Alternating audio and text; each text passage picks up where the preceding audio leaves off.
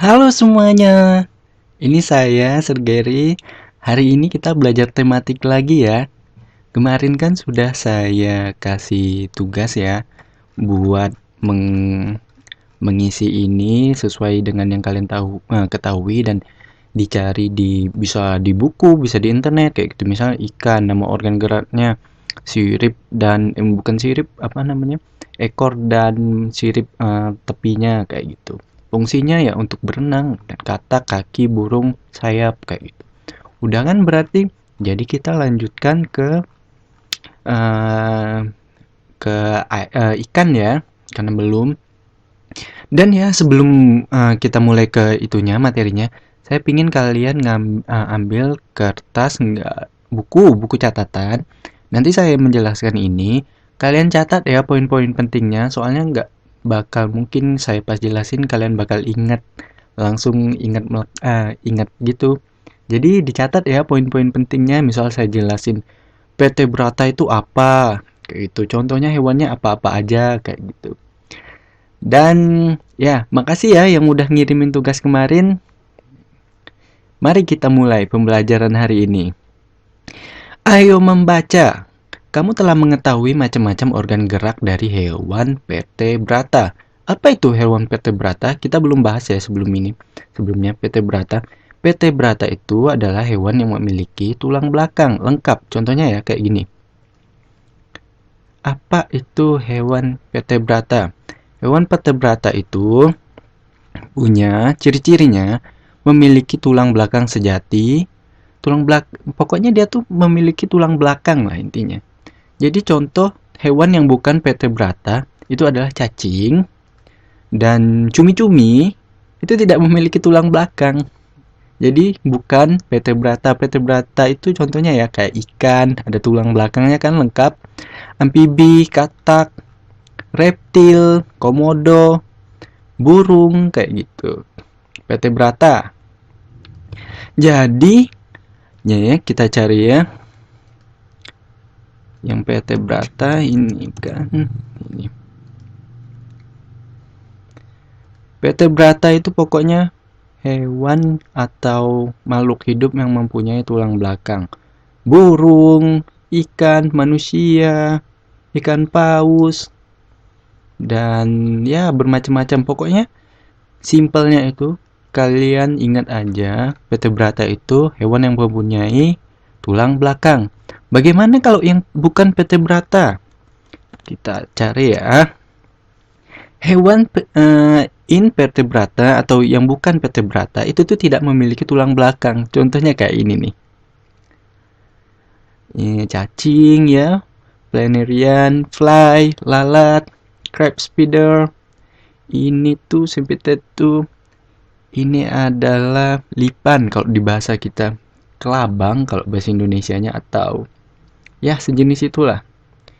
Siput dan banyak ya. Intinya vertebrata itu ntar lagi loading ini. Kita buka yang ini ya. Agak ngeblur gambarnya. Ini contohnya ya yang bukan vertebrata. Gurita, semut, ubur-ubur kan tidak memiliki tulang belakang. Makanya kita sebut invertebrata yang bukan memiliki tulang belakang. Intinya kalian ingat aja gitu ya.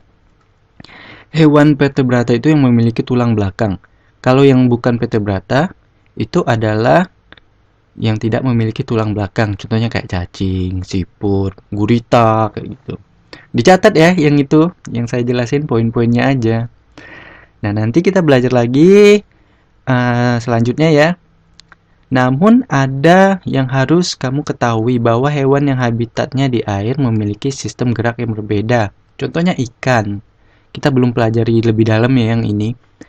Gerak ikan dalam air. Ikan memiliki sistem gerak yang unik. Sistem gerak pada ikan berbeda dengan hewan vertebrata lainnya. Hal tersebut dikarenakan habitat ikan adalah di air. Kalau hewan lain kan tinggalnya di darat ya, hidupnya di darat. Kalau di air bagaimana dong mereka bergeraknya? Kayak gitu. Salah satu bentuk tubuh yang paling banyak dimiliki oleh hewan air adalah bentuk rudal. Kenapa sih, Sur? bentuknya tuh harus rudal dan runcing. Itu tuh diperlukan bentuk rudal ini adaptasi mereka, soalnya waktu mereka berenang itu mereka harus membelah air kayak gitu. Kalau bentuknya misalnya tidak runcing kayak gitu, pas mereka berenang itu susah, kayak lambat banget kayak gitu, tergesek dengan air gitu. Kalau runcing dan tajam itu pas mereka gerak jalan kayak gitu, itu tuh kayak lancar banget. Contohnya kayak gini, kita cari aerodinamis. Kenapa sih bentuk mobil, motor atau apa kayak gitu dibikin runcing depannya? Kalau yang ini buat udara ya. Jadi misalnya contohnya kayak gini. Ini udara ya.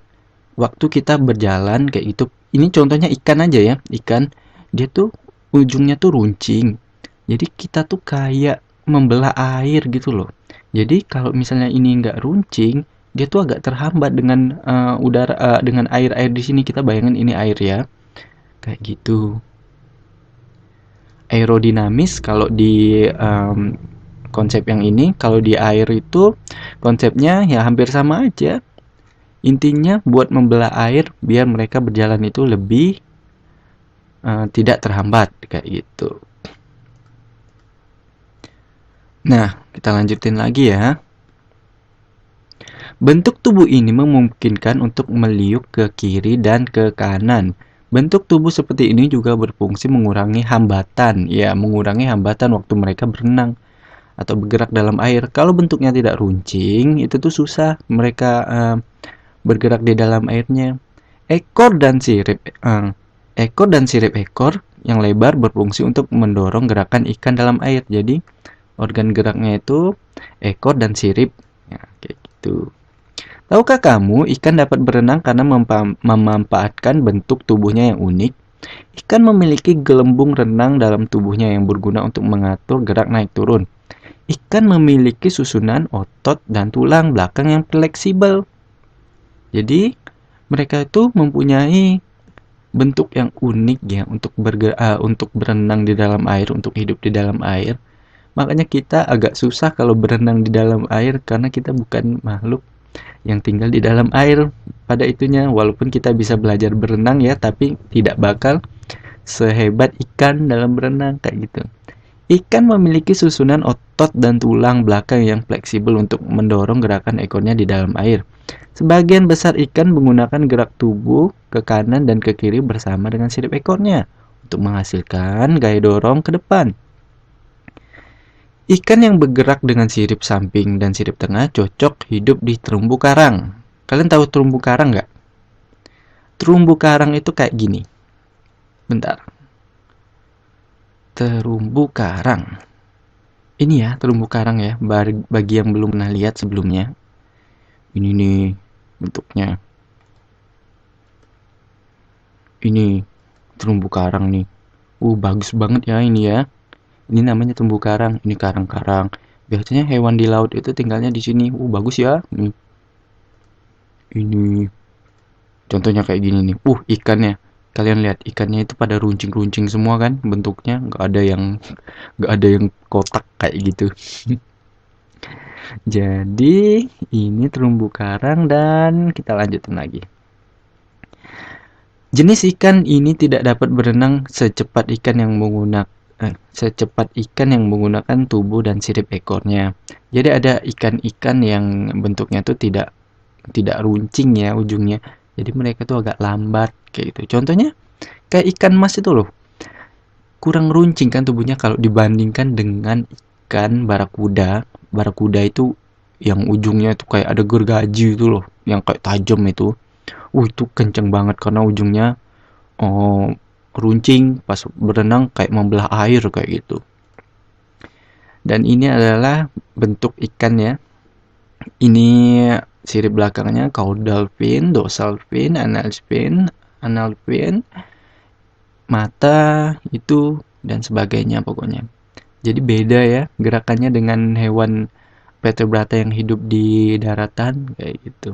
Jadi kita lihat lagi nih gerakan ikan, bagaimana ikan itu bergerak kayak gitu.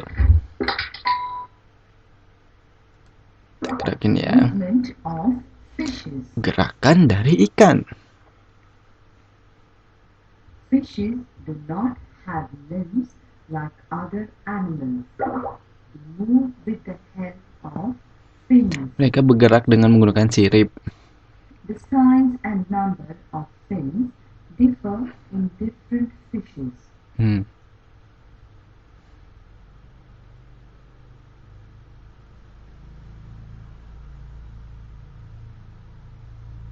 A fish usually possesses two paired fins and one or more unpaired fins.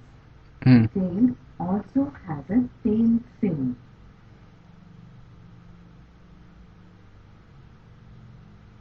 Unpaired fins help in maintaining balance. Sirip yang tidak berpasangan itu membuat yang di tepinya itu loh, itu tuh buat menjaga keseimbangan tubuhnya. Propels the fish forward. The paired fins serve as oars when the fish is slowly swimming. Ya, jadi siripnya dan ekornya kayak gitu buat mereka bergerak di dalam air kayak gitu, membantu. Kalau kita kan, kalau manusia kita kaki kayak gitu. Nah, sudah paham ya dengan yang ikan? Dicatat ya yang poin-poinnya. Jangan itu habis dicatat disimpan di buku catatan kayak gitu. Nanti kita belajar kalau ujian itu kan kita nanti soal-soalnya itu dari sini yang udah kita pelajari kayak gitu. Jadi itu ya.